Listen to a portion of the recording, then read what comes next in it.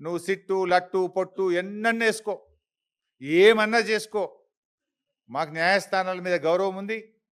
నువ్వు ఎక్కడికి పిలిచినా వస్తా, ఎన్నిసార్లు పిలిచినా వస్తా, నిజాయితీగా సమాధానాలు చెప్తాం.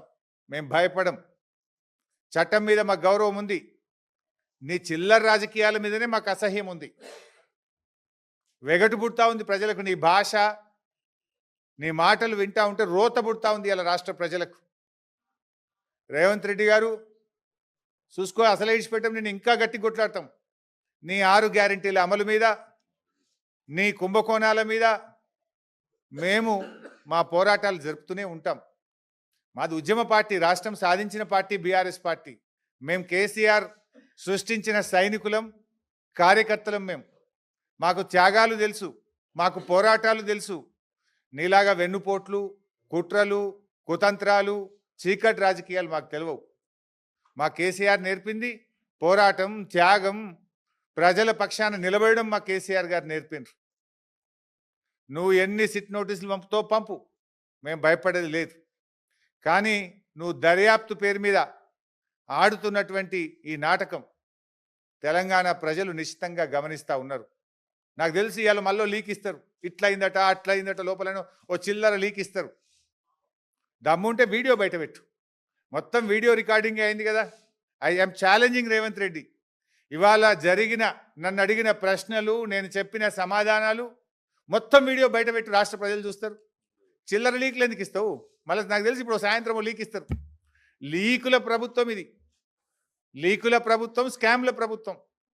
లీకుల మీదనే ప్రభుత్వాన్ని నడుపుతున్నాడు రేవంత్ రెడ్డి. ఎంతకాలం నడుపుతావు లీకులను? ఈ లీకులు, ఈ చిల్లర రాజకీయాలు, ఈ బురద రాజకీయాలు నడవయి. ప్రజలకు డెలివరీ కావాలి, ప్రజలకు ఇచ్చిన మాట నిలబెట్టుకోవాలి. అరే నాట్లు పడుతున్నాయి, ఇదివరకు రైతు బంధు ఇయ్యలే, రైతు బంధు ఎప్పుడు ఇస్తావో చెప్పు.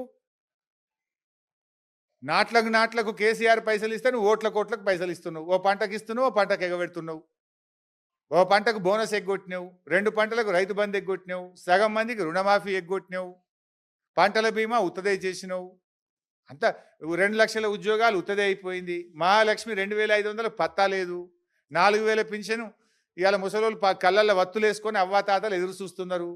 వాటి గురించి మాట్లాడు. ఈ నోటీసులు మమ్మల్ని భయపెట్టలేవు సరికదా, మీ పతనాన్ని మరింత వేగవంతం చేస్తాయి. గుర్తుపెట్టుకో రేవంత్ రెడ్డి. ఇలాంటి నోటీసులతో మేము భయపడం. నీ రాజకీయ పతనం మరింత పేక మేడల్లాగా కూలిపోయే రోజులు దగ్గరలో ఉన్నాయి. నీ పతనానికి నువ్వే నాంది పలుకుతున్నావు. నీ పతనానికి నువ్వే అడుగులు వేస్తూ ఉన్నావు. ఈ నోటీసులు నీ పతనాన్ని వేగవంతం చేస్తాయి. చూసుకుందాం.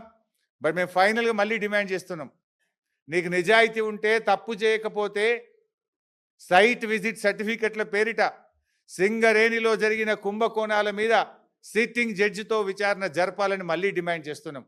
నువ్వు విచారణ ఒప్పుకోలేదంటే, నువ్వు విచారణకు ముందుకు రాలేదంటే, నీ బావమరిది కుంభకోణం చేసింది నిజం, కుంభకోణం జరిగింది నిజం. అందుకే నువ్వు భయపడి విచారణ జరుపుతలేవని మేము భావించాల్సి ఉంటుంది. నిజాయితీ ఉంటే, ధైర్యం ఉంటే వెంటనే సిట్టింగ్ జడ్జితో విచారణ జరుపు. లేదంటే మా అంటే 2 ఏళ్ళే కదా, బీఆర్ఎస్ ప్రభుత్వం వచ్చేది ఖాయం, విచారణ జరిపేది ఖాయం, మీ అవినీతిని కక్కిచ్చేది ఖాయం, కటకటాల వెనుక మిమ్మల్ని పెట్టేది ఖాయం.